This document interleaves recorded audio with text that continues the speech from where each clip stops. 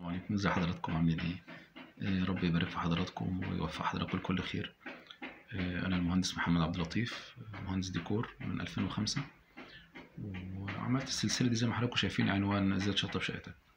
المشكله اللي الواحد لاحظها الفتره الاخيره بصراحه يا جماعه، اللي خلتني اعمل السلسله، ان للاسف اسعار بقت جنونيه. الناس في حيره، مش عارفه توضب.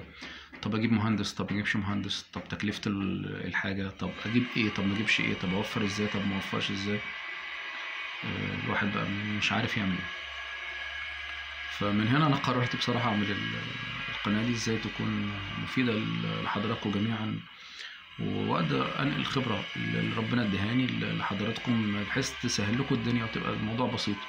هشارك معاكم الحلول، هحل معاكم المشاكل، هجاوب على اسئله حضراتكم من خلال الفيديوهات اللي هتتعمل، وفي نفس الوقت من خلال سواء حضرتك تواصلت معايا على صفحتي او على القناه نفسها، ان احنا ازاي نتعاون مع بعض، ان نوصل لاعلى شيء مع بعض.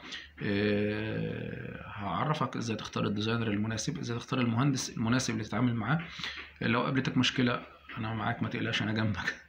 هكون معاك كاني مهندس ديكور بتاعك، بس اونلاين.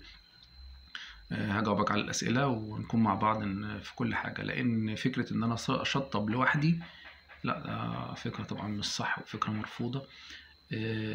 لان مفيش حد بيعمل عمليه جراحيه لنفسه، مفيش حد بيصلح عربيته بنفسه، مفيش حد. يعني طبيعه الكون كلها وجعلناكم شعوبا وقبائل لتعارفوا، ان كلنا بنحتاج بعض.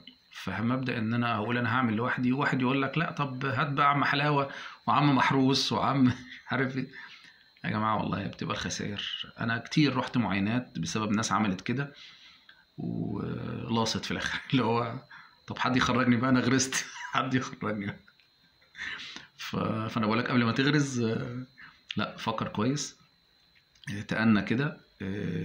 لازم فعلا حد يشطب لك الشقة.